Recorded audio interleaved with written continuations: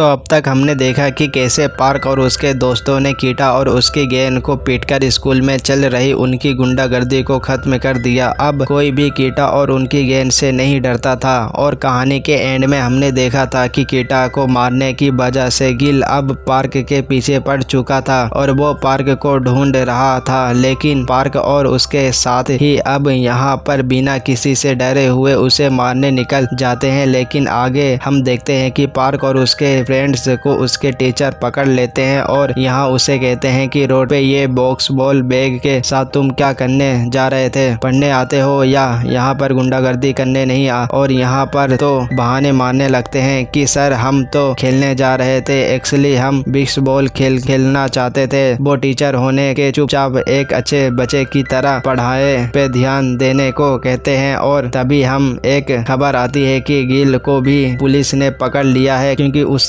पिछली रात किसी बंदे को बहुत बुरा मारा होता है और इसलिए पुलिस ने अब उसे पकड़ लिया है। लेकिन अपनी जो बुली करने की विरासत थी वो एक नाम की लड़की को दे गया है और यहाँ पर हम मिलते हैं जो कि यहाँ पर कीटा के दोस्त को मार पीट रहा होता है क्योंकि ये लोग पार पर उनकी गैंग से पिट के होते हैं और उसका कहना था कि तुम जैसे शुगर की वजह से उसकी गैंग की रेपुटेशन गिर रही है और वो चारों ही पॉपुलर हो गए थे। और यहाँ पर वो कीटा के बारे में कुछ पूछता है और तो हमें पता चलता है कि कीटा कई दिनों से स्कूल नहीं आ रहा है और अब सेंट आए अपनी गैंग को लेकर पार्क की क्लासरूम में जाता है और उससे कहता है कि लंच टाइम में वो उसे स्कूल की छत पे आके मिले और वो पार्क से कहता है कि अगर वो ऊपर नहीं आया तो वो उसे मार देगा और अब पार्क के साथ उसके साथी भी ऊपर आ जाते हैं और यहाँ पर सेंट टाइम उसे मारने की बजाय पार्क को उसकी गैंग में शामिल होने को कहता है, लेकिन पार्क यहाँ पर मना कर देता है क्योंकि उसे गैंगस्टर नहीं बनना है। लेकिन यहाँ पर उसे सीधा कह देता है कि उसके पास कोई ऑप्शन नहीं है, अगर वो उसके साथ शामिल नहीं हुआ तो वो उसे मार देगा। और अब यहाँ पर लाइफ टाइम में ये चारों ही सोच रहे होते हैं कि गैंग को ज्वाइन करे या नहीं और यहाँ पर जोंगसू कहता है कि क्या अब हम लोग भी उन्हीं पुलिस की वजह बन जाएंगे जो बच्चों को परेशान करे। और यहाँ पर पार्क सीधा मना कर देता है, वो कहता है कि देख लोग जो भी होना है हम उनकी गैंग में शामिल नहीं होने वाले हैं। तब पार्क घर जाते हुए कुछ लड़कियों को बीच में देखता है जो कि अपनी प्रैक्टिस कर रही होती है और प्रैक्टिस के बाद वो वहाँ पर सुट्टा लगा रही होती है और पार्क उन्हें जा रहा है और तभी उनमें से एक लड़की जिसका नाम मिंजान होता है वो पार्क से कहती है क्या बे देख रहा है, पहली बार किसी लड़की को देखा सुट्टा पीते हुए क्या तूने? हाँ नहीं तो चल निकल। और पार्क वहाँ से चुपचाप निकल जाता है और स्कूल के बाद पार्क आकर जिम में प्रैक्टिस करता है और वहाँ से घर को निकल जाता है। सीन में हम देखते हैं कि कीटा के गैंग के मेंबर थे वो अब संता की तरफ हो गए होते हैं और वो एक जगह पुल घेर रहे होते हैं कि तभी वहाँ पर एक आदमी गलती से इसे थोड़ा रख कर दे देता है और यहाँ पर ये यूसुफ नाम का एक लड़का उसे गाली देने लगता है और बस फिर क्या था, वो दोनों याद भी इन तीनों को बहुत मारते हैं। लेकिन थोड़ी देर बाद ही वहाँ पर सेंट आ जाता है और अकेला ही उन दोनों को बहुत मारता है पर इन तीनों को भी मारता है और कहता है कि क्या शर्म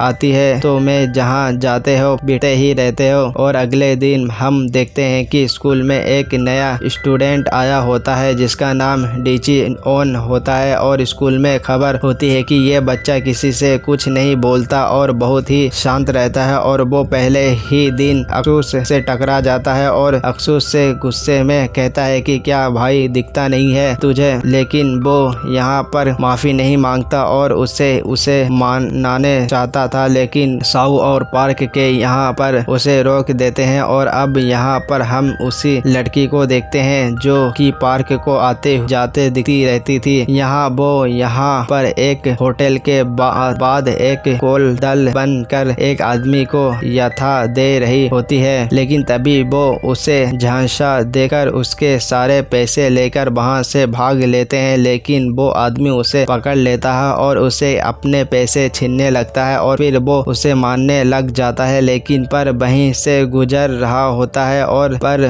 उसे आदमी को रोकने को कहता है, लेकिन वो आदमी पार्क को बचा समझ कर उसे धक्का देने लगता है और पार्क को उसे और एक थप्पड़ देकर उसे दूर कर देता है। और मिंजू यहाँ पर पार्क से थैंक यू कहती है। और अगले दिन हमें देखते हैं कि मिंजू अपने दोस्तों को पार्क के बारे में बता रही होती है कि कैसे उसने उनकी जान बचाई। और उनकी फ्रेंड उनसे कहती है कि तो मैं तो उससे डेट कर ली पूछनी चाहिए। और मिंजू भी यही करती है। वो पार्क स्कूल के बाहर जाकर पहुंच से डेट के लिए पूछती है। पार्क स्कूल के बाहर जाकर पहुंच डेट के लिए पूछती है। पार्क वहाँ पर काफी कंफ्यूजन हो जाता है। उसके लिए ये बहुत ही अजीब था कि कोई लड़की आकर उसे डायरेक्टली डेट के लिए पूछ रही होती है, लेकिन वो डेट के लिए एक्सेप्ट कर लेता है। और पूरे दिन घूमने के बाद जब वो शाम को मिंजू को बस में चढ़ा रहा होता है, तब जेनेमी पार्क को देख लेती है और वो कहती है कि वाह भाई, आप तो भेज देंगे, आप लड़की से दूर रहते हैं। और वो उसे चिढ़ाने